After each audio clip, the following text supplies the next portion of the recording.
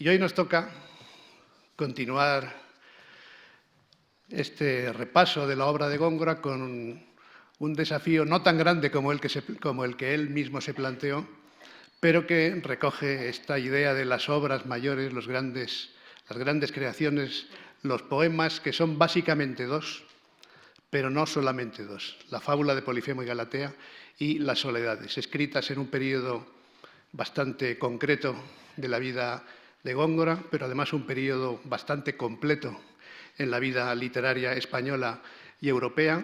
Y para entenderlos voy a intentar trazar un camino parecido al que trazamos el martes pasado en la primera sesión, comprendiendo también, en la medida de lo posible, el conjunto de esa obra y por qué son tan grandes esos poemas de Luis de Góngora, que representan la principal, posiblemente, renovación de la lengua poética española y que influyeron muchísimo.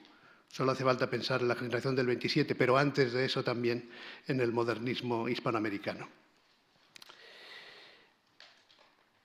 El otro día vimos algunos poemas que completaban desde los primeros días o meses de la creación poética hasta los últimos años de la vida de Góngora, una evolución que se fue enriqueciendo y volviendo cada vez más compleja, con poemas, recordarán, de 1582, un soneto al modo de los sonetos petrarquistas, pero con algunas novedades, un soneto también que hablaba de la enfermedad del amor, a la que aludiremos hoy en un par de ocasiones, unas décimas burlescas del final de la vida, un soneto metafísico y alguna composición más que preparaba el gran estilo que hoy nos va a entretener bastante, de los poemas mayores, el Polifemo y las Soledades.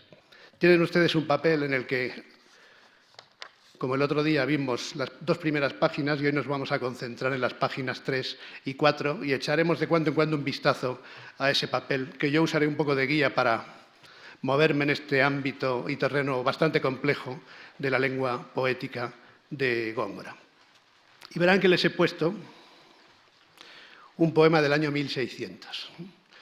Lo que hicimos el otro día fue seguir el hilo cronológico de la obra de Góngora desde el principio hasta el final, y ahora me querría detener en este poema de 1600, que es un poema muy complejo, a pesar de su diferente sencillez con respecto a los poemas mayores, pero en el que están concentrados también los grandes méritos de don Luis. Y aquí se está preparando esa evolución hacia lo que algunos han llamado revolución, pero a mí la palabra revolución en literatura me parece excesiva, hacia esa renovación de la lengua poética que significan el Polifemo y las Soledades.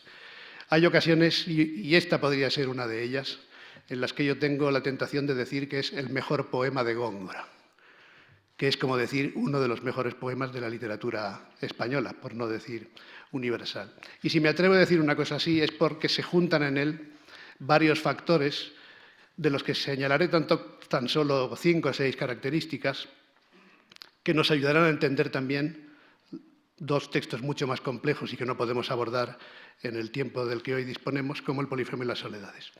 Es una canción amorosa, con una métrica relativamente convencional, una canción petrarquista, canción de estancias, en las que hay estrofas que todas tienen el mismo número de versos con la misma disposición de las rimas.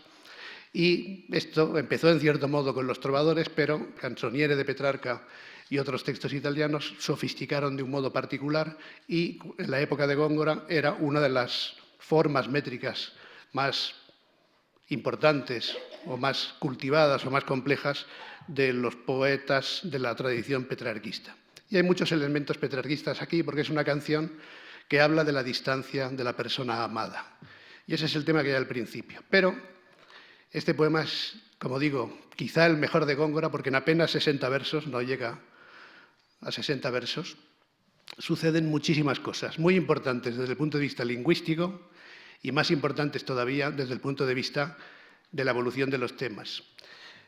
Para definir este poema, a mí me gustaría usar una expresión que era de Jaime Gil de Viedma, que a veces en sus recitales usaba. Yo recuerdo que en mi época de estudiante en la Universidad Autónoma de Barcelona vino una vez y usé esa frase que a mí me impactó mucho, que en un poema es importante tener una buena idea de poema, una idea de poema. Con independencia de lo que luego uno haga, hay que tener una idea de poema.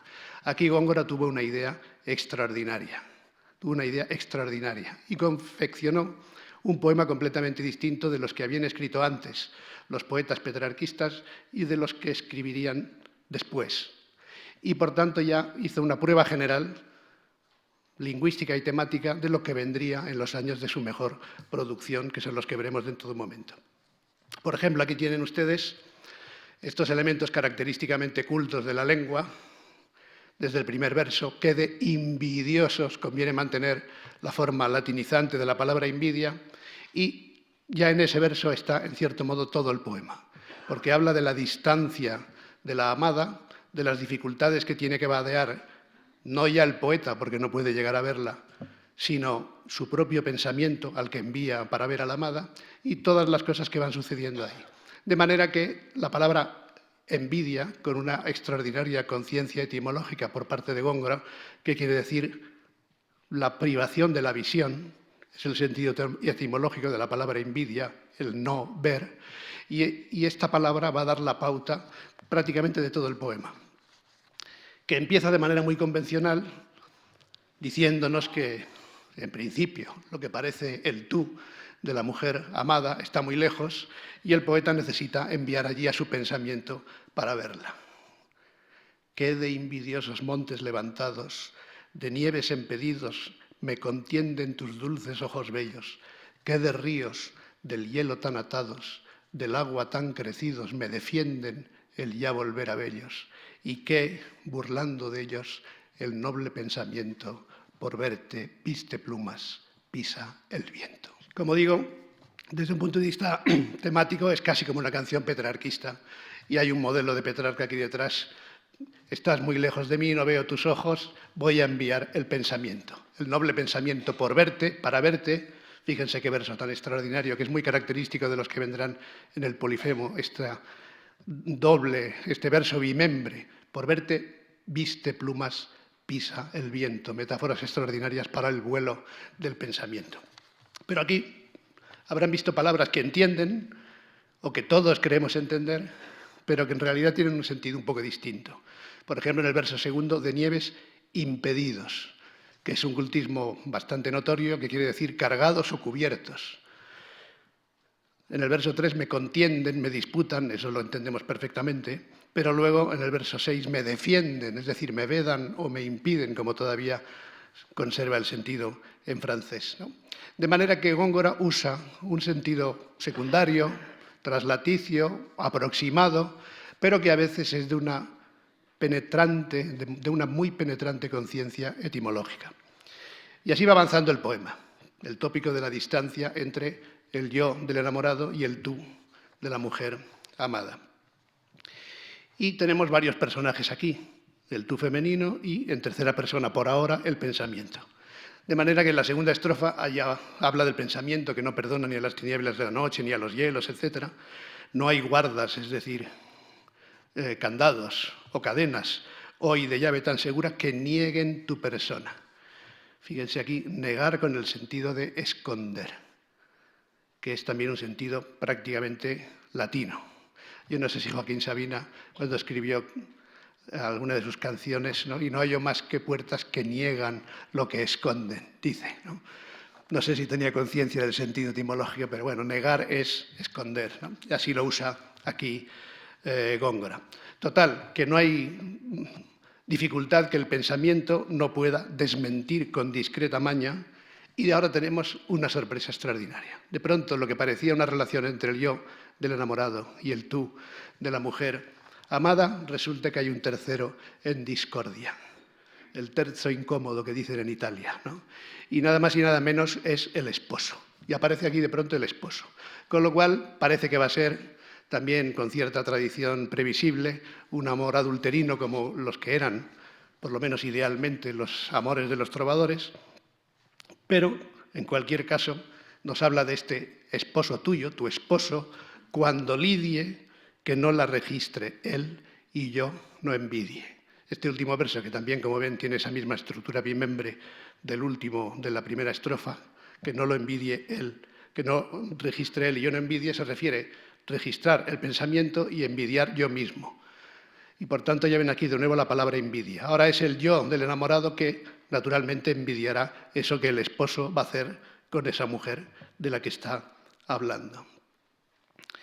Y aparece otro tema muy importante, la liza o el combate de amor. Tu esposo, cuando lidie, ¿qué lidia va a ser esa sino la batalla de amor? Por tanto, introduce de pronto un elemento nupcial, epitalámico, que tiene muchos modelos también en la poesía italiana. Fíjense que a este poema yo creo que debe ser, no diré el mejor porque yo he escrito algunas páginas sobre él y no podría decirlo, pero sí el más estudiado, no solo por mí, sino por muchos gongoristas, y tienen un libro estupendo de Jesús Ponce Cárdenas, tienen otra referencia bibliográfica que se refiere a él, pero todo ese libro de Jesús Ponce Cárdenas está dedicado a este poema.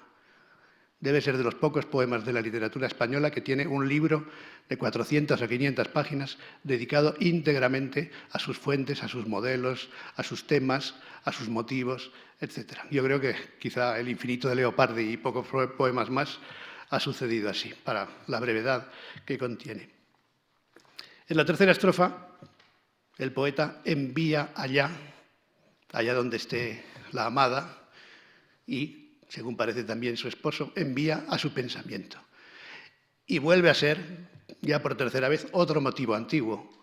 Tan antiguo que, bueno, en fin, está en la poesía, como ya he dicho, de Petrarca, y es un motivo que está, por ejemplo, en el Va Pensiero y en otros textos posteriores, ¿no? El poeta envía su pensamiento hasta allí y le dice, efectivamente, allá vueles. Ahora se refiere al pensamiento, el tú de la amada se ha convertido en el tú del pensamiento, y le dice, allá vueles, lisonja de mis penas, y bueno, iba explicando. No me quiero entretener porque si no, no acabaremos y no llegaremos ni al Polifemo ni a las soledades.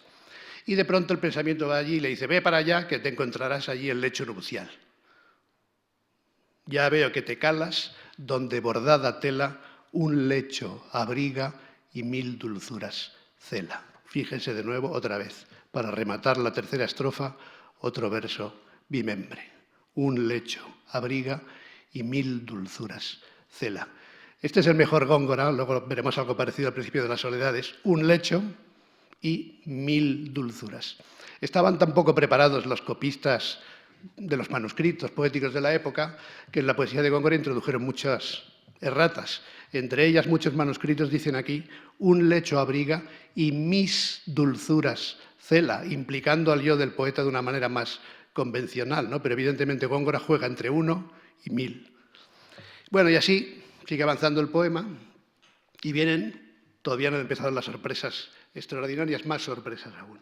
Resulta que el poeta envía a su propio pensamiento a ver a la amada y a esa escena que se está perdiendo, y el pensamiento, a pesar de que es muy veloz, como nos ha dicho antes, llega tarde. Tarde batiste la invidiosa pluma. La tercera vez que aparece una palabra derivada del concepto de invidia.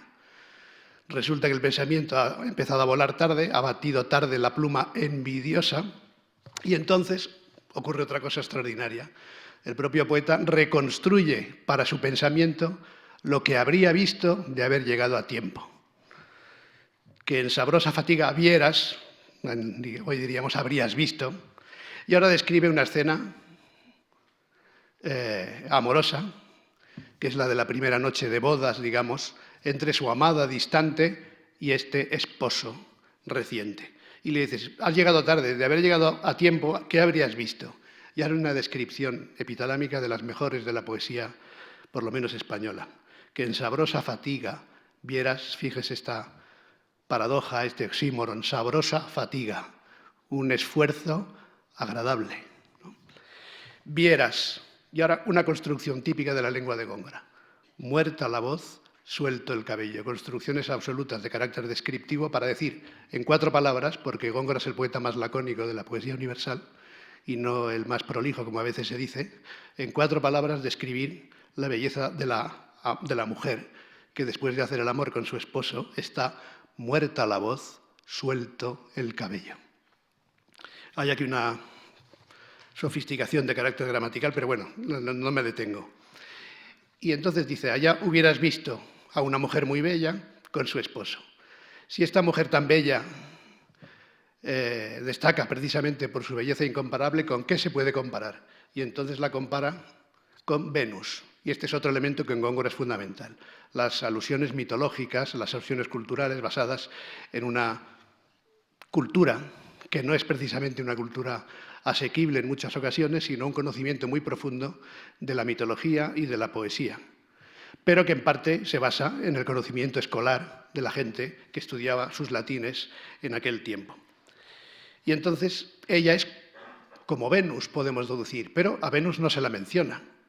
Y este es otro elemento característico de la lengua de Góngora, la omisión o la elisión de elementos que están en cambio presentes de otra manera. No está Venus, no está el nombre de Venus, pero nos dice que ella es como la blanca hija de la blanca espuma. No puede ser más que Venus. Y entonces, si ella es como Venus, fíjense qué cosa tan extraordinaria el pensamiento de Góngora, pero aquí sí que lo vamos a mejorar. El otro día no pudimos mejorarlo, pero ahora vamos a mejorar a Góngora con sus propias virtudes que vendrán después. Y por eso he escogido este poema. Dice, allí verías a una mujer tan bella como Venus, la blanca hija de la blanca espuma, y como ella es como Venus, no sé cómo será él, no sé cómo decirte, dice, no sé si en brazos diga de un fiero Marte o de un Adonis bello. Si ella es tan hermosa como Venus, ¿cómo será él? Pues será comparable a alguno de los amantes de Venus, Marte o Adonis. Fíjense lo que hace aquí Góngora, el Góngora de 1600. De un fiero Marte o de un Adonis bello. Asigna a cada uno de los personajes mitológicos, asigna el adjetivo esperable. Marte, dios de la guerra, es fiero. Adonis, famoso por su belleza, por su hermosura, es bello. ¿Qué hará el Góngora del Polifemo y de las Soledades? Yo supongo que ya lo están imaginando, para hacer todavía más perfecto esto. Pues un procedimiento que en el Polifemo y en las Soledades es bastante frecuente.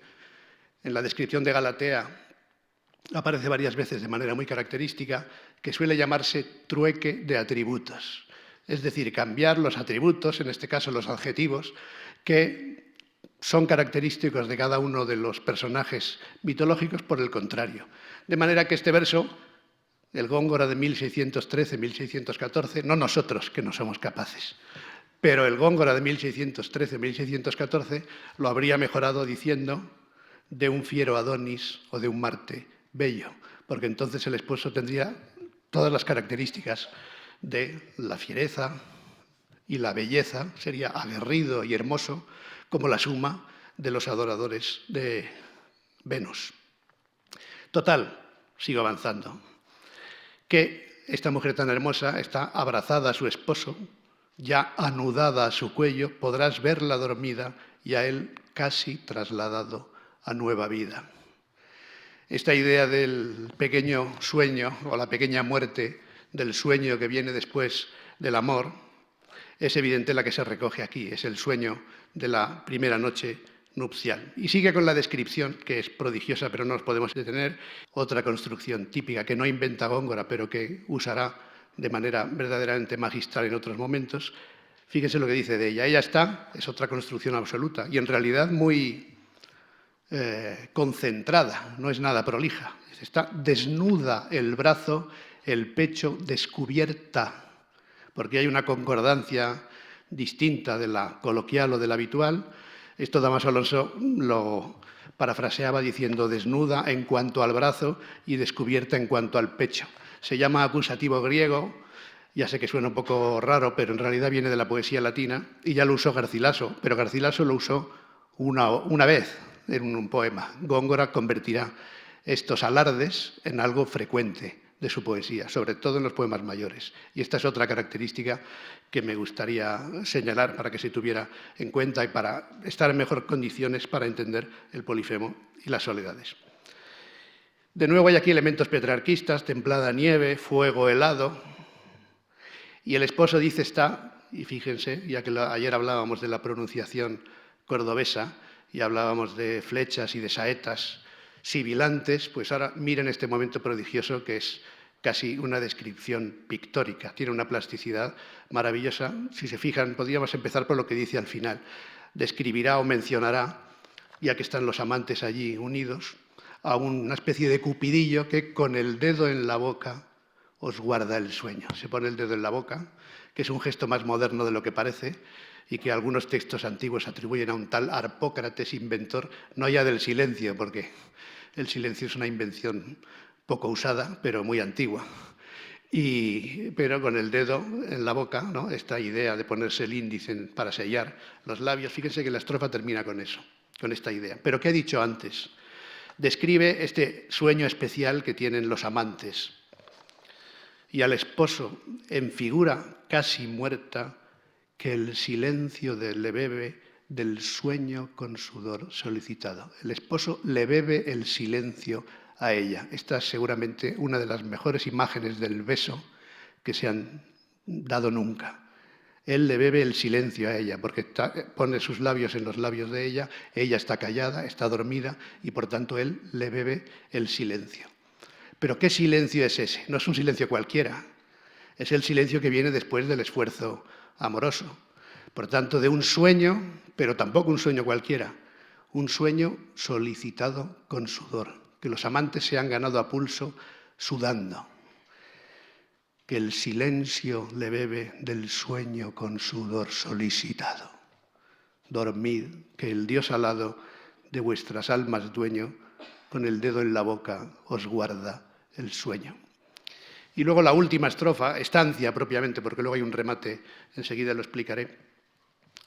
Esta última estrofa, estancia, nos depara otra sorpresa, ¿no? Este yo del poeta que parecía el convencional enamorado petrarquista, de pronto se da cuenta de que ese tú de la mujer amada ha pasado una noche, su noche de bodas, con un esposo al que naturalmente el yo del poeta envidia, y el poema termina completando un círculo muy interesante desde un punto de vista temático que luego desarrollará en cierto modo en las soledades, termina con la resignación del yo poético ante la felicidad ajena, celebrando esa felicidad ajena. Dormid, copia gentil de amantes nobles. Fíjense, otro verso característico.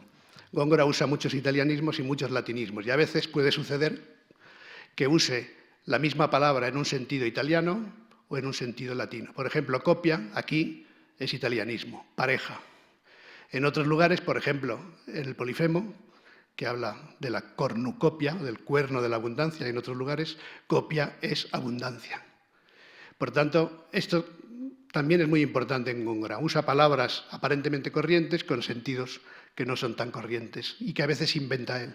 Góngora usa por primera vez en la lengua poética, y casi diría en cualquier texto escrito, muchas palabras que para nosotros son corrientes. Algunas de ellas son tan corrientes como joven, que es como describe Acis en el Polifemo, pero la lengua de la época, para describir a una persona, a un hombre joven, no usaba joven, usaban mancebo o mozo, de manera que introducir la palabra joven es una audacia. O bien la palabra burlesco. La primera vez que se usa la palabra burlesco, un claro italianismo, es en 1609 y es en un poema de Don Luis de Góngora. De modo que crear lengua también es eso, atreverse a usar unas palabras que nadie ha usado en un contexto poético y convertirlas en, no diré naturales, luego hablaremos del concepto de naturalidad, pero sí colocadas donde tienen que estar porque pertenecen a un ámbito distinto de la lengua cotidiana. Y esta es otra diferencia en la que luego insistiré. Una cosa es la lengua cotidiana, otra cosa es la lengua de la poesía. Y el poeta, para Góngora, tiene la obligación de inventar una lengua para su propia obra. Total, que en esta estrofa desea la felicidad de los esposos, es quizá la estrofa más característicamente epitalámica, menciona al dios de las bodas, Himeneo, y entonces pone este contraste casi se podría decir preleopardiano, de la tristeza de aquel que ve la felicidad ajena, ¿no? Que a los lazos de amor os dio Himeneo, mientras yo, desterrado de estos robles y peñascos desnudos, la piedad con mis lágrimas granjeo. Fíjense qué otra idea tan maravillosa. Granjearse es ganarse, ¿no? Entonces yo con mis lágrimas me granjeo, me gano la piedad de estos robles y peñascos desnudos. Y dice, bueno, coronad el deseo de gloria en recordando. Acabad de uniros en vuestra gloria en cuanto despertéis. Y la última estrofa, muy breve, es también típica de las canciones petrarquistas que terminaban con una estrofa normalmente de longitud menor que las anteriores, que se llamaba envío. Envío o comiato es el término italiano, es decir, una despedida. Y aquí, en las de Petrarca, y antes de las de Petrarca, en las de Dante, era también habitual que el poeta hablase con el propio poema. De manera que aquí, si se han fijado, ha habido un proceso, más que procedimiento, un proceso de alejamiento progresivo desde la pareja convencional, desde el punto de vista literario del yo, del poeta, y el tú, de la amada, hasta este uso de la tercera persona, extraordinario al final, para hablar de sí mismo. Estamos hablando del personaje, naturalmente, del personaje del poema, no estamos hablando de Luis de Góngora, de carne y hueso, sino del personaje del poema, y utilizar la mediación del propio poema para hablar con el pensamiento, al que le ha estado hablando todo el poema, o en parte de él, ¿no? Y ahora dice esta estrofa final: canción, di al pensamiento que corra la cortina y vuelva al desdichado que camina. Y le pide al poema que sea discreto, que le diga el pensamiento que corra la cortina, porque los amantes tienen que seguir a lo suyo, es la primera noche, y ese yo del primer verso ahora se convierte, dicho de manera mucho más impersonal, en un desdichado que camina. Pues bien, aquí Góngora ha construido, entre otras muchas cosas, un personaje literario, un enfermo de amor, que en buena medida es el que nos ayuda a entender también, nos ayudará a entender también el hilo argumental que solo podremos apuntar hoy, porque no habrá tiempo para más, de las soledades. Bien, ahí tienen este poema tan perfecto que es de un año redondo, 1600.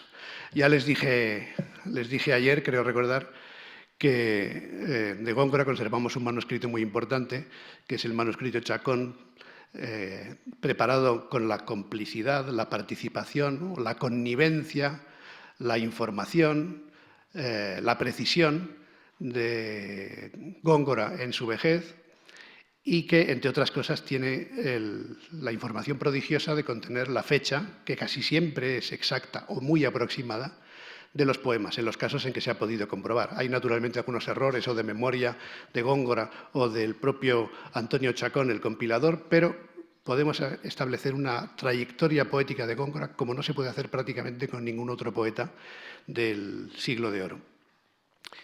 Y por eso digo, casi ha tenido la suerte de ser perfecto hasta en eso, la cifra redonda de su fecha en el año 1600. Pero Góngora siguió escribiendo, como ya dije, y otro punto crucial, hablamos algo de ello el martes, es el año 1609, el viaje por orden del Cabildo, pasó por Madrid tanto al ir como al volver, estuvo en Navarra, estuvo en Galicia, y allí se llevó el desengaño de aquel juicio por la muerte de un sobrino suyo y se hartó de la corte y salió despechado de Madrid y escribió unos tercetos de 1609, de los que no puse ninguna muestra porque ya ven la riqueza de la obra de Góngora, donde, aunque es una especie de sátira y además muy personal, porque él mismo, ahí sí que está el Góngora biográfico, desahogándose, como en algunas letrillas también, en cierto modo, lo está desde la juventud, pero tiene versos extraordinarios, por ejemplo, cuando, recogiendo motivos del Beatus Ile, es decir, la fruta modesta que se come en el campo, etcétera, etcétera, el huertecillo con las pocas viandas, o el campo con las pocas viandas que nos ofrece, y en lugar de los pajes y de los cortesanos que hay en la corte, pues en el campo hay ruiseñores. Y hay una estrofa para que vean el tono de ese poema y corran después cuando salgan de aquí a leerlo, si es posible. Habla del ruiseñor y crea esta metáfora para el ruiseñor. Y este es otro elemento gongorino que interesa mucho para comprender el Polifemo y las soledades, que es la creación de metáforas prodigiosas para cualquier objeto, para cualquier animal, para cualquier cosa. Esta poética de no de lo cotidiano exactamente, sino de lo material, es algo muy importante en Góngora, que después, y esto lo parodiaron muchos de sus críticos, y en cierto modo lo recordó Borges, a quien Góngora no le gustaba mucho, a pesar de lo que dijimos el otro día del soneto metafísico, que en la poesía de Góngora hay demasiadas cosas, ¿no? Hay plumas, hay queso, hay aceitunas, hay leche, ¿no? Y luego el mundo de la zoología también es muy variado. ¿Qué es un ruiseñor para Góngora? Prodigio dulce que corona el viento, en unas mismas plumas, escondido, el músico, la musa, el instrumento. Pues bien, esta capacidad de Góngora para describir así las cosas es la que le permitió crear esa lengua tan sugerente, tan sugestiva, en cierto modo tan subyugante también, que ya está madura, sobre todo hacia 1610. Y recordarán que vimos muy rápidamente un poema de 1610, el inicio de un poema de 1610, que es como el ensayo general de los poemas mayores. Una canción que no tiene especial interés, la canción a la toma del Arache, por un acontecimiento que tampoco era especialmente importante desde un punto de vista histórico, pero vimos una primera estrofa complejísima. Esa complejidad es la que Góngora decidirá aplicar en su retiro cordobés de esos años a los llamados poemas mayores, ¿no? La fábula de Polifemo y Galatea y las Soledades, que son de unos años muy próximos. El Polifemo de 1612, aunque retocó algunas cosas, también diré algo de eso dentro de un momento, teniendo en cuenta la recepción y las críticas de algunos amigos, y las Soledades. En este contexto, también para comprender la evolución de la lengua literaria, este es un momento crucial, los primeros años del siglo XVII, crucial para la prosa y crucial para la poesía. El Renacimiento había consagrado, por así decirlo, el humanismo, había consagrado un ideal con la defensa del uso de las lenguas vulgares a la altura del latín, después de evolucionar mucho y muchas discusiones, pero ya, digamos, en la primera mitad del siglo XVI hay defensas teóricas, tanto en Italia, que además allí tenían la autoridad de Dante, Petrarca y Boccaccio, como en España, donde no se tenía esa autoridad literaria, pero algunos humanistas, como Juan de Valdés, ya pensaron sobre el problema o el asunto del uso de la lengua vulgar y el registro estilístico. Y Juan de Valdés, en el Diálogo de la lengua, dice algo extraordinario, bueno, algo muy recordado, que es muy útil para comprender la poética del estilo literario que llega en cierto modo hasta Cervantes, mejor dicho, que culmina en Cervantes o que Cervantes demuestra de un modo superior a cualquiera de sus contemporáneos. Y es un ideal de claridad, de naturalidad. Y Juan de Valdés dice exactamente, y la frase podría ser casi cervantina, porque es uno de los consejos que Don Quijote le da a Sancho, más o menos, que toda afectación es mala y a ver cómo hablas, etc. Y Juan de Valdés escribió en los años 30 del siglo XVI que el estilo que tengo me es natural y sin afectación ninguna escribo como hablo. Naturalmente eso hay que entenderlo de la manera matizada en que ahora mismo diré, porque nadie escribe como habla. No sé si afortunada o desgraciadamente, pero yo creo que afortunadamente nadie escribe como habla. Pero lo que quiere decir Juan de Valdés, y es el centro de la naturalidad estilística de Cervantes, por ejemplo, es usar al escribir la misma naturalidad que se usa al hablar. Por tanto, aplicar a la lengua escrita a la naturalidad de la lengua hablada. No es que haya una identidad entre ambas. Eso culmina en el Quijote. Y ya veremos por qué lo digo, porque en esos años se está cociendo todo, en realidad. Los años en que Góngora escribe El Polifemo y las Soledades son los años de las novelas ejemplares de Cervantes, pero también Cervantes, que por fin, después de muchos años de fracaso y de silencio, consigue amortizar el éxito del Quijote, en esos años publica pues, las novelas ejemplares que ha escrito, ha terminado en el 12 y publica en el 13, El viaje del Parnaso en 1614, El teatro en 1615 y está además escribiendo, terminando la segunda parte del Quijote que saldrá también en 1615. Lope de Vega está con las rimas sacras, con varias de sus mejores comedias, y en esos años, 1612, 13, 14, es cuando Góngora escribe El Polifemo y las Soledades. Pero en Cervantes culmina este ideal renacentista de naturalidad, escribo como hablo, que vale, por ejemplo, para Montaigne, que también lo dice en sus ensayos de una manera muy parecida. Pero en la lengua de la poesía las cosas están cambiando de una manera bastante radical. Sin embargo, Cervantes y Góngora tienen una cosa en común, que parece secundaria, pero no lo es tanto.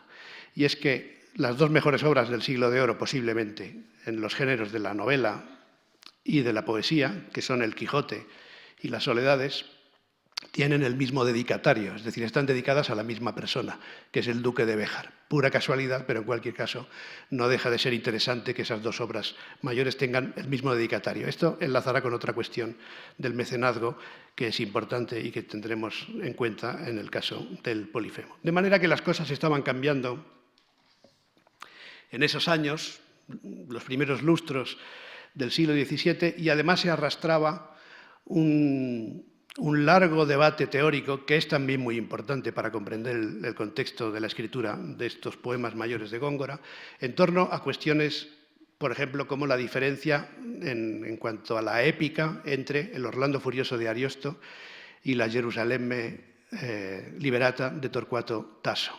El mismo Torquato Tasso, que era un escritor muy atormentado, estuvo en su propia vida cambiando la idea sobre esto, pero naturalmente estaba una línea que era de carácter ariostesco, más narrativa, y otra línea de carácter tasiano, que recuperaba en cierto modo la epopeya clásica. Y esto es importante porque Góngora quiere situar, y tienen un importante libro de Mercedes Blanco en la bibliografía, quiere situar, por lo menos idealmente, sus grandes creaciones. Ha llegado a un punto en que quiere que estén en ese terreno del epos o de la épica, que es quizá el centro de las discusiones de la literatura de su tiempo. Ahora abro un paréntesis para decir una cosa en la que seguramente ningún cervantista estará de acuerdo, o pocos, ¿no? Pero sabemos varias obras perdidas, conocemos el título de varias obras perdidas de Cervantes, perdidas o no terminadas, la segunda parte de la Galatea, Las Semanas del Jardín, que es un título bellísimo que algún escritor contemporáneo ha aprovechado como homenaje, y en un momento cita el famoso Bernardo. Cervantes, que cultivó absolutamente todos los géneros de su tiempo, también el teatro en sus distintas variedades, la poesía en varias de ellas, aunque no tuviese fortuna, y desde luego la prosa narrativa, el único género que no cultivó, y sin embargo era uno de los géneros más admirados y que más influye en el Quijote, es la poesía épica. El famoso Bernardo yo creo que debió ser un poema épico o un proyecto de poema épico. Y ese, por tanto, era el terreno más alto, más ilustre de la expresión en verso en su tiempo. Y esto implicó una especie de recolocación de los géneros, ¿no? Porque durante todo el Renacimiento, en el que también hay debates teóricos a propósito de la poética de Aristóteles, del arte poética de Horacio, y hay comentaristas, sobre todo en Italia, que tratan de estas cuestiones, en cierto modo se había heredado una vieja división medieval, alguna vez habrán oído la palabra, que es la rueda de Virgilio, ¿no? Que, basada en la obra de Virgilio, señalaba tres grandes estilos. El alto, que sería el de la épica, es decir, la Eneida; el mediocre o mediano, que sería el de la lírica, para entendernos, aunque sería matizable, que es el de las geórgicas; y luego el estilo bajo o cómico, que sería el de la poesía bucólica, el de las églogas. Y este sistema tripartito funcionó bastante bien. Incluso consiguió adaptarse a tres géneros diferentes. La épica lleva a la narrativa, la lírica evidentemente se queda en el terreno de la poesía y lo cómico se relaciona después con el teatro. Y ahí tenemos los tres grandes géneros: novela, poesía y teatro. Al que falta, como habrán deducido, un género muy moderno, pero que en realidad viene también del siglo XVI, que son los ensayos, a los que Montaigne les dio nombre. No es que inventase propiamente el género, pero sí les dio un nombre que ya no ha cambiado para ese cuarto pie de la mesa literaria, o esa cuarta pata de la mesa literaria. Todo esto, naturalmente, es fundamental para Góngora y en Góngora, porque se van a mezclar los géneros y, por tanto, se van a mezclar los estilos, que era algo que se consideraba intolerable, ¿no? O se usa el estilo alto o el bajo, pero no mezclar ambos. Y están ocurriendo muchas cosas de este tipo, no solo en la literatura española, también en la europea, con el Pastor Fido de Guarini y otros textos. Pero fíjense, en esos años Lope de Vega escribe El arte nuevo de hacer comedias, donde se defiende una fórmula híbrida en realidad para el teatro. La tragedia, que en España no progresó, aunque hay algunas tragedias en un sentido más o menos clásico de algunos autores, pero Lope defiende el concepto híbrido de tragicomedia, ¿no? Y eso lo defiende en el arte nuevo, además de otras cosas de carácter más sociológico. Pero desde un punto de vista histórico, para la literatura, es un momento de gran efervescencia. Y Lope está con su arte nuevo señalando un género híbrido que mezcla elementos trágicos con elementos cómicos y que caracterizará a su obra teatral.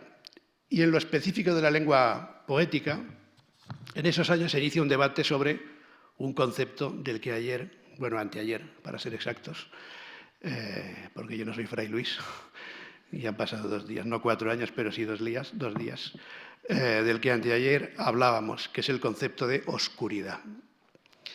Y este es otro punto crucial. En esos años, por ejemplo, un poeta que se llama Luis Carrillo y Sotomayor escribe el libro de la erudición poética, donde se tratan estas cuestiones.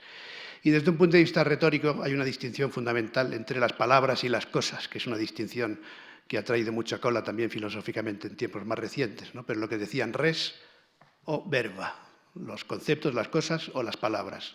Y más o menos el consenso de los poetas contemporáneos de Góngora es que la oscuridad de las ideas, de los conceptos, de la res, era tolerable, pero el concepto de los verba, de las palabras, la oscuridad, perdón, de las palabras no. Por tanto, esta oscuridad verbal por la que Góngora apostará, además de la complejidad conceptual, no podía sino crear problemas de comprensión o de recepción, que añadidos a la mezcla de géneros, mezcla de estilos, porque ahora lo veremos cuando entremos en el polifemo muy rápidamente y en las soledades, hacía que para muchos la oscuridad de las palabras fuese condenable y para algunos la de las cosas fuese, en cierto modo, tolerable. Y eso lo cambiará completamente la poesía de don Luis de Góngora, que en este contexto práctico y teórico que he intentado esbozar, escribe 2 obras muy diferentes, porque son muy diferentes, la fábula de Polifemo y Galatea y las soledades, pero que tienen algunas cosas en común. Y Góngora, consciente de que estaba escribiendo, o por lo menos decidido a escribir algo nuevo y mucho más complejo que lo que había escrito hasta entonces, una vez terminado el Polifemo en 1612 y la primera soledad en 1613, en la primavera de 1613, la envió a algunos amigos, envió estos textos a algunos amigos. Y esto es quizá lo más interesante de todo, porque la recepción y la polémica sucesiva por la difusión del Polifemo y de las soledades es quizá la más importante y de toda la literatura española. No ha habido una polémica literaria tan intensa, tan enrevesada también, ni tan duradera como la polémica que desencadenaron el Polifemo y las soledades.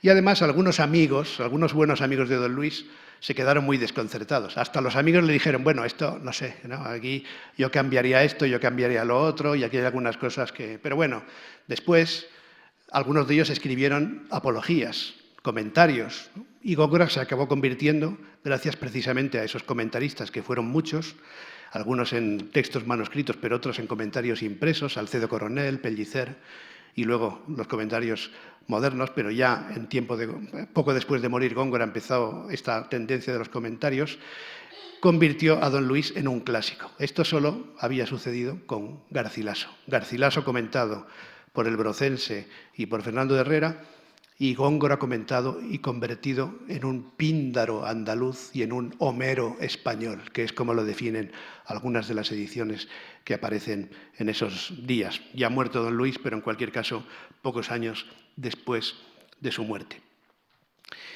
Este debate, como ya saben, porque el otro día aludí al ángel de las tinieblas, o al príncipe de las tinieblas y el príncipe de la luz, ¿no? Duró mucho tiempo, muchos críticos literarios tuvieron muchos prejuicios contra Góngora, por ejemplo, uno de los más grandes, Marcelino Menéndez Pelayo, que no se quitó de encima ese prejuicio nunca, y luego tuvo que llegar, no ya solo el 27, sino antes, algunos hispanistas internacionales muy importantes, antes del 27, por ejemplo, Alfonso Reyes en México, una de las mejores cabezas de la literatura mexicana o de la literatura en lengua española en general, se fijó en la importancia de Góngora y antes incluso del 27, pues ya destacó su papel en la evolución de la poesía. Y ya con el 27 no hace falta decir que vino el gran momento de recuperación. Pero entre una cosa y otra, Góngora pasó un purgatorio, por no decir un infierno, y ahora esperemos que algún día llegue al paraíso, por decirlo en términos dantescos. Por tanto, ¿qué supone el Polifemo y las soledades? Pues exactamente todo lo que intentaban evitar los preceptistas, porque los preceptistas y los teóricos se quedan siempre cortos por definición. Los creadores van siempre por delante, también por definición, y eso es una cosa que no todos entendieron. Entonces, quizá desde nuestra perspectiva más moderna, después de las vanguardias, después del surrealismo, estamos en condiciones de dar un poco más de confianza a los creadores. Pero en aquella época había cosas que no se podían decir en poesía. Por ejemplo, Góngora en un momento dice que llevan a una boda unos regalos colgados del hombro, una ristra de conejos, y dice que el hombro siente asombro, ¿no? Que son el número de esos conejos es carga y asombro para el hombro.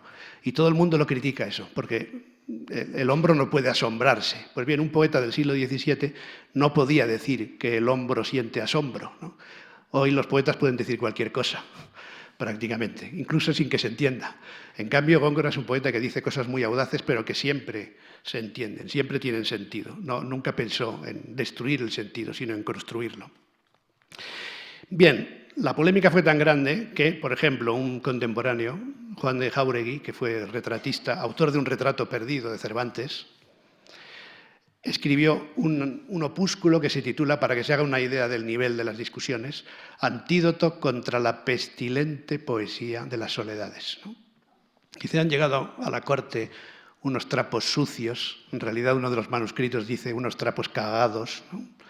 Con unos versos de un poeta, etc. Y así, ese es el tono, ¿no? Luego hay, digamos, algunas observaciones de carácter teórico que son en parte más comprensibles. Pues bien, vamos a estos dos poemas mayores de los que tienen simplemente una muestra para que sirva de tentación, más que de demostración, en las fotocopias. El Polifemo es una fábula mitológica basada en un episodio que relata Ovidio en el libro 13, en el libro 13 de las Metamorfosis. Son los amores de Acis y Galatea, trágicamente interrumpidos por un cíclope, el cíclope Polifemo. Un pasaje relativamente breve de las Metamorfosis en el que Góngora se fija para reescribirlo. Se trata, por tanto, de una obra de reescritura, un poco en la línea de lo que decíamos anteayer de la imitación, que es la clave un poco de la poesía del siglo de oro, que es siempre imitativa. En el caso de Góngora, además de imitativa, es competitiva. Y Góngora lo que hace es mejorar la literatura del pasado de distintas maneras. Por tanto, se trata más bien de una reescritura. En esto se diferencia el Polifemo de las soledades, que no tienen un argumento tan definido.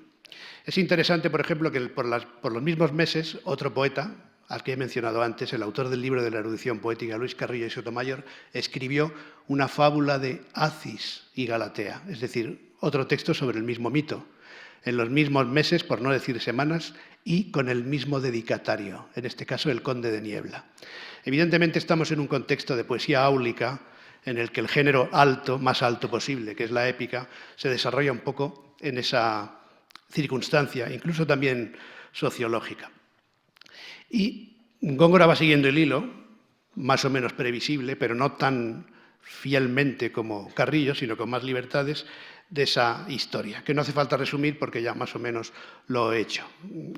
Acis y Galatea, esa pareja de enamorados, cuyo amor es interrumpido por la ira del cíclope Polifemo. Y entonces le lanza una piedra al pobre Acis y se convierte en río. Lo aplasta de tal manera que, bueno, luego para que se convierte en río y llega al mar, que es el morir.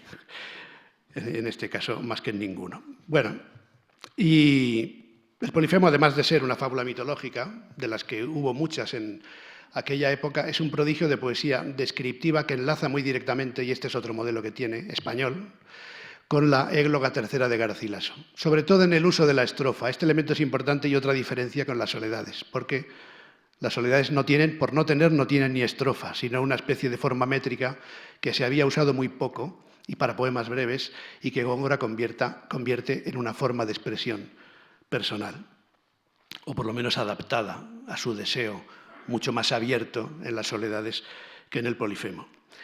Y el uso de la octava también pauta un poco, ¿no? Es un texto mucho más ordenado, va haciendo la descripción o la narración, va avanzando a través de estas octavas que son, como en las mejores escenas del Orlando Furioso de Ariosto, son como eslabones de una cadena, ¿no? Y por tanto cada una de ellas tiene una cierta independencia estética. Prácticamente no hay ningún encabalgamiento, solo dos y en cierto modo comprensibles, entre estrofas, ¿no? Cada estrofa es una pieza casi autónoma. Y aquí les he puesto unas pocas, por cierto, con una pequeña errata en la numeración de la última, que no es la 13 sino la 12, que contienen la descripción de Polifemo.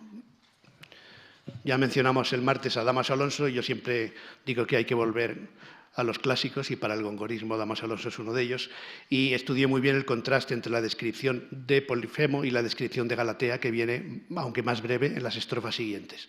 Pero yo les he puesto esto simplemente como ejemplo para que lo tengan aquí. Son las estrofas 7 a 12 del Polifemo, de la fábula de Polifemo y Galatea, en que se describe al cíclope. La primera estrofa, la 7, describe su envergadura. Dice que es como un monte de miembros.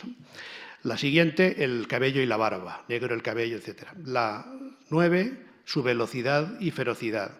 La 10 y la 11 describen el contenido de su zurrón, porque es un pastor, bueno, tiene vida pastoril y lleva un zurrón lleno de frutas. Y la otra, la última, cera y cáñamo unió, que no debiera, describe el instrumento que usa, la zampoña, instrumento típicamente pastoril, y los efectos de su música. Un orden prodigioso. Es otra cosa que en las soledades no tendremos, porque es formal y métricamente, como ya he dicho, mucho más abierto. Señalo solo, casi una sola cosa por estrofa, para que no nos perdamos y para que se queden con ganas de volver otro día. Señalo una cosa por cada estrofa. Fíjense, típico de la lengua poética, en la primera estrofa, un monte era de miembros eminente, este cíclope. Góngora separa el determinante y el sustantivo por un inciso de casi 3 versos. Y en ese inciso, que quizá conviene poner entre paréntesis para que se vea más claramente, nos da la información precisa de la genealogía, digamos, de Polifemo. Hijo fiero de Neptuno y que tiene un solo ojo en la frente. De un ojo ilustra el orbe de su frente, émulo casi del mayor lucero. Tiene un solo ojo en el medio de la frente y, por tanto, es comparable al sol. Esta idea la desarrollará en otros momentos también. Y se apoya en un bastón. Son los elementos típicos de Ovidio y, antes de Ovidio, de Homero y de Teócrito. Se apoya en un bastón, pero como el cíclope es tan grande, ese bastón, que es normalmente un árbol que escoge, un día era un bastón y otro cayado, ¿no? De apoyarse en un solo día, primero es bastón y otro cayado. Bueno, sigue y describe el cabello y la barba. Y en esta estrofa, por ejemplo, a él lo llama Pirineo. Y describe la barba, fíjense, como un hijo adusto de este Pirineo. La barba de Polifemo es como un hijo adusto. Hay varios términos aquí que son cultismos muy evidentes. Un hijo quemado o requemado de este Pirineo. Y el que era antes un monte, genéricamente, un monte de miembros, ahora le pone un nombre. No un monte cualquiera. Es como un monte Pirineo. ¿Pero qué quiere decir Pirineo? Que viene de pir, fuego. Pues evidentemente es como un monte de fuego. Y por eso su barba es como un torrente. Y busquen en el diccionario etimológico la etimología de torrente, que mezcla los elementos de agua y de fuego, de tórreo, ardiente, ¿no? Pues bien, es como un torrente adusto, quemado, porque es como un río que sale de un monte que es de fuego. Y así es Góngora todo a cada paso. Por tanto, no es prolijidad, sino al contrario, hay que detenerse en la concentración, la condensación, la riqueza que tienen los versos de Góngora. Y luego, con esto, mezcla Góngora, que esta es una cosa que no se ha destacado tanto, pero que es muy importante, y ahí está la mezcla de estilos, elementos de la lengua cotidiana. Nos dice que, bueno, su cabello está revuelto, su barba es como un torrente que le baja, y dice que, como es igual, como es un torrente, evidentemente, ¿qué hacen los torrentes? Inundar, ¿no? Inundan su pecho. Su pecho inunda, o tarde, o mal, o en vano, surcada aún de los dedos de su mano. Es decir, que la barba la lleva desordenada y aunque se surca la barba con los dedos de la mano, siempre está, ¿no? Está surcada, o tarde, o mal, o en vano, porque nunca la llega a peinar ni a ordenar. Bueno, en la estrofa siguiente, que es también muy compleja, habla de la velocidad y la ferocidad. Pero solo voy a decir una cosa que no tiene que ver, bueno, sí tiene que ver con Góngora porque es un verso suyo, pero quizá les suene el último, que es maravilloso desde un punto de vista poético. Describe, ¿no? Dice que es tan fiero y tan veloz que no hay criatura, ¿no?, fiera en Sicilia, la Trinacria, la isla de los tres promontorios, ¿no?, la isla triangular de los tres promontorios, por eso de ahí la Trinacria. Dice, no hay fiera en la Trinacria que se escape de Polifemo. Y la caza enseguida y la convierte en su pellico. Y hace una perífrasis compleja dentro de otro y dice, y alude al labrador cuando vuelve, ¿no?, con sus bueyes, los bueyes a su albergue reducía. Hoy para nosotros reducir es otra cosa, pero para Góngora es una cosa muy concreta. Reducere. Llevar de vuelta, traer de vuelta, volver a llevar, ¿no? Reducere. Por tanto, volvía de vuelta con los bueyes a su albergue reducía, pisando la dudosa luz del día. Verso extraordinario que le gustó a un joven Camilo José Cela, que publicó un libro de poemas con este título. Bien, las dos estrofas siguientes son posiblemente las más complejas de todo el Polifemo y describen el zurrón y su contenido. Polifemo es un pastor y dice las frutas que tiene. Y aquí solo voy a detenerme en una cosa. Fíjense, la serva, la pera y la serva a quien da arrugas el heno, la pera de quien fue cuna dorada, la rubia, paja y pálida tutora, la niega, avara y pródiga la dora. Ahí está lo mejor de Góngora. Pero Góngora antes había escrito lo siguiente. La opilada camuesa, otra fruta, la camuesa, a la que define como opilada. La opilación era un desarreglo menstrual o un desarreglo de salud de otro tipo, ¿no?, que en la época se corregía y se llamaba así, comiendo barro o tomando el acero, tomar el acero. Hay alguna comedia en que se refiere a eso, bebiendo agua ferruginosa o literalmente comiendo barro. Hay además testimonios pictóricos también de eso en las hilanderas de Velázquez, según alguno ha creído. Y dice la opilada camuesa que el color pierde amarillo en tomando el acero del cuchillo. Y uno de los primeros amigos que leyó el Polifemo le dijo, no diga eso, no compare una fruta, la camuesa, diciendo que está como con una mujer opilada. Pero fíjense qué cosa tan sutil describe Góngora, como cuando cortamos una manzana con el acero, con un cuchillo, y se oxida y cambia de color. Dice, la opilada camuesa que el color pierde amarillo en tomando el acero. Tomar el acero era la frase que se usaba para esto, el acero del cuchillo, ¿no? Y entonces esto se avino a corregirlo, curiosamente. Y tenemos estos versos que tienen ahí. Pero fíjense que sigue atribuyendo, que es la base del problema, atribuyendo características humanas a las frutas. Y dice que la rubia paja fue pálida tutora de la pera, ¿no? Pálida tutora. Estas son las cosas que eran imprevisibles en la lengua de la época. Decir que una camuesa era como una mujer opilada. Por ejemplo, Góngora dice la manzana hipócrita, que engaña a lo pálido, no, a lo arrebolado, ¿no? Por tanto, decir que una manzana es hipócrita porque tiene un color por fuera y otro color por dentro, ¿no? Y por tanto no engaña a lo pálido, sino que engaña a lo arrebolado, porque cuando la abres es pálida, en realidad, su esencia es pálida. Llamar a una manzana hipócrita es algo que nadie había hecho. Y Góngora hace esas cosas y muchas más de ese cariz. Bueno, y luego tienen, para terminar, con el Polifemo, y pasamos enseguida muy rápidamente a las soledades, esa estrofa en que describe la zampoña, el instrumento y los efectos de su música. Y con los técnicos lo llaman epifonema, que son palabras así como muy importantes, ¿no? Una frase final que resume lo anterior. Tal la música es de Polifemo. Y así, con este epifonema, con esta frase solemne final termina la descripción de Polifemo y luego pasamos a un ámbito muy distinto, cuyo contraste con el anterior estudió muy bien Damaso Alonso, que es la descripción de Galatea. ¿Dónde están esos trueques de atributos? Pavón de Venus es cisne de Juno, por ejemplo, en su descripción. Pero no podemos entretenernos. Vamos a ver el otro gran poema, en los pocos minutos que me quedan, acabo enseguida, porque quería señalar simplemente algunas cosas. El otro gran poema de Góngora son las soledades. Y es evidentemente su proyecto más ambicioso. Góngora pensó en escribir 4 soledades. Hay varios testimonios contemporáneos de que el plan inicial de las soledades era escribir 4. Y la propuesta más razonable y aceptada generalmente es que se basaba en 4 mundos reales.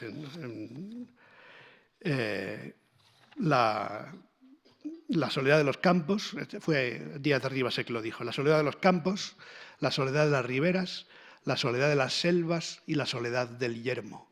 De esas 4 soledades, Góngora escribió solo las 2 primeras y Rafael Alberti, como saben, la tercera, en un homenaje de los más importantes de la generación del 27. Y en realidad no acabó ni siquiera la segunda. Estamos en 1613. Luego, mientras se desarrollaban las primeras discusiones, escribió La segunda soledad, que no terminó, y luego, en un tiempo que no se ha podido precisar, añadió como un falso final unos versos para dejar terminada al menos la segunda soledad, la soledad segunda. Pero ni la tercera ni la cuarta las empezó nunca, de manera que es una obra inacabada y enlazaré dentro de 2 minutos para terminar yo también con eso.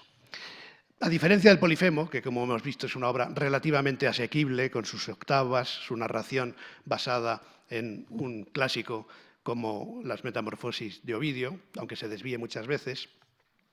En cambio, las soledades no siguen ningún modelo, por lo menos que se haya reconocido, pero cuentan una historia, son una especie de novela en verso, siguiendo esta idea de enlazar con la gran épica, la gran epopeya de su tiempo, que cuentan las peripecias de un náufrago que aparece en los primeros versos ya, que se parece mucho al del soneto de 1594 y al desdichado de la canción de 1600, que un náufrago se salva, llega a una orilla, gracias a una tabla de una nave, llega a la orilla, salva su vida y entonces allí se quita la ropa, la seca al sol y sube por la montaña y bebe una luz de una cabaña y entonces se dirige hacia luz y allí habrá unos cabreros que lo hospedarán, le darán albergue, luego le invitarán a unas bodas y van pasando 1 o 2 días y pasa un par de noches, asiste a esas bodas, ve unas competiciones y fiestas típicas de la vida rural y luego al día siguiente sale de caza y de pesca, en fin, en la soledad segunda hay episodios de otro tipo.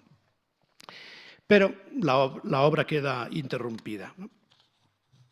Se quedaron, como digo, en 2. Ahí les he puesto únicamente, para que vean el tono de este poema, los 89 primeros versos. Son 2.000, aproximadamente 2.000, unos 1.000 aproximadamente cada una de las 2 soledades. Y empieza de esta manera diciendo, los primeros versos los usa para decir, era primavera, ¿no? Pero ¿cómo dice un poeta, era primavera? Y aquí no estamos hablando de Juan de Mairena ni de Antonio Machado, ¿no? En fin, los eventos consuetudinarios que acontecen en la rúa, ¿no? Dice, ponga eso en el lenguaje poético, en el lenguaje literario, lo que pasa en la calle, ¿no? Pues bien, en la época de Góngora era un poco diferente, ¿no? Lo que pasa en la calle no constituía como frase, digamos, algo que pudiera considerarse poesía, pero se podía decir, era primavera de esta manera.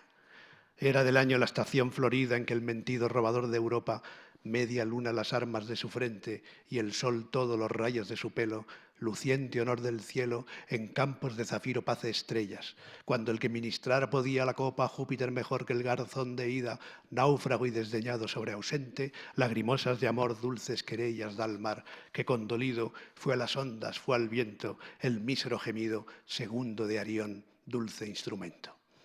Era primavera cuando un joven náufrago muy hermoso, tan hermoso que podría haber sustituido a Ganimedes y que viene de un pasado lagrimoso de amor, lagrimosas de amor, dulces querellas, ¿no? Por tanto, un náufrago llega ahí, bueno, y entonces llega, pero me interesa solo destacar 2 o 3 cosas. Fíjense, de nuevo, Júpiter está aquí, la alusión a la primavera es por alusión astrológica también, Júpiter, el mentido robador de Europa que se disfrazó de toro para robar a la ninfa Europa y por tanto fíjense cómo se describe a Júpiter transformado en toro.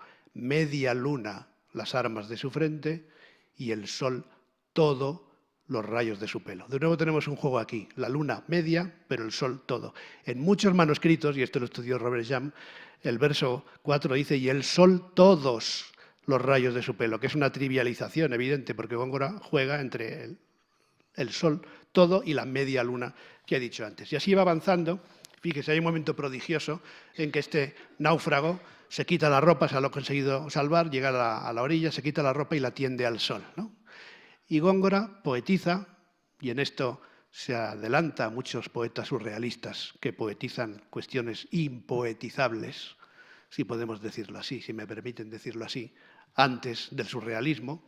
Góngora ya lo hace. Y aquí describe, ¿no?, una cosa que es un poco pintoresca, ¿no? Se quita la ropa y la tiende al sol.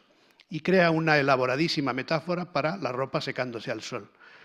¿Y qué es el sol que ciega la ropa, ¿no? Y al sol lo extiende luego, estoy alrededor del verso 40.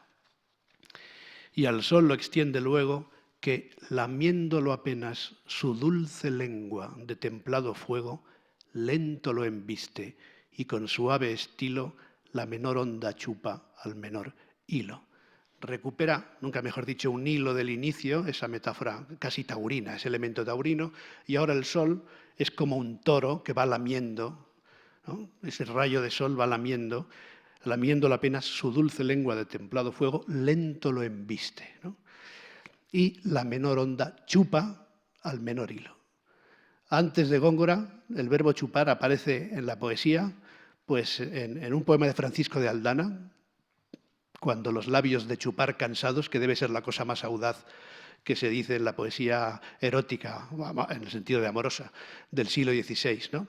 Por tanto, de Góngora no es solo característico el lenguaje muy culto, proceloso y otro, sino que también introducir palabras vulgares, greña, ¿no?, en la descripción del Polifemo, por ejemplo, para decir melena al mismo, y en la misma estrofa, prácticamente junto a una palabra cultísima.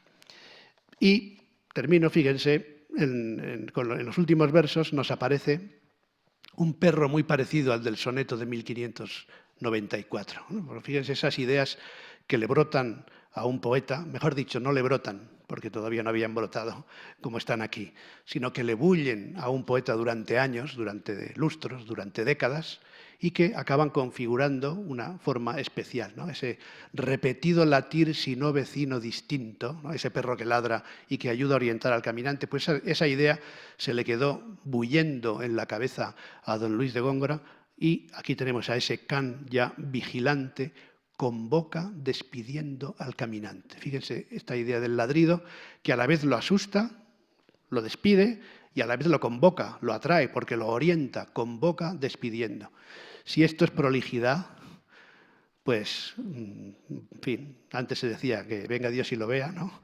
Pero que baje Dios y lo vea es evidentemente una gran concentración, ¿no? Convoca despidiendo, una capacidad de análisis absoluta de Góngora. Y entonces, fíjense, esa luz que parecía tan lejana, que es la luz del albergue que lo orienta y va hacia allí como siguiendo una estrella. La escena es de un virtuosismo poético muy destacado, y entonces esa luz, dice, que de lejos parecía pequeña, cuando se acerca es tanta, la que luz poca pareció, tanta es vecina, que quiere decir, es tan grande cuando se ve de cerca, tanta es vecina, que en ella yace la robusta encina, mariposa en cenizas desatada. Resulta ser una hoguera muy grande, eso que le parecía una pequeña luz al principio, es una hoguera muy grande en la que arden gruesos troncos de encina. ¿Y en qué se convierte esa encina ardiendo en la hoguera? Pues como una mariposa en cenizas desatada. Y así van avanzando las soledades de Góngora, atendiendo a estos objetos, a estas escenas, a estos personajes, con una riqueza que pueden ver ustedes, por ejemplo, en la edición de Robert Jam, que es la mejor edición completa del texto de Las Soledades, con una excelente anotación. Las Soledades tuvieron una redacción muy atormentada, pero Góngora no las acabó. Y con ese inacabamiento, si me dejan un último minuto, terminaré yo también. Porque, ¿qué significa no acabar una obra tan ambiciosa para alguien como Góngora? Pues no es necesariamente un fracaso, porque el fracaso fue el de sus contemporáneos al no comprender algunas cosas, ¿no? Y era una especie de defección o abandono. Esto lo ha estudiado muy bien un gran poeta contemporáneo que se llama Andrés Sánchez Robaina, ¿no?, relacionándolo con el concepto de non finito, ¿no? Góngora evidentemente se cansó, pero también se dio cuenta, en el fondo, de que cuando la poesía se renueva con esta profundidad, quizá la mejor expresión de la perfección es el inacabamiento. Muchas gracias.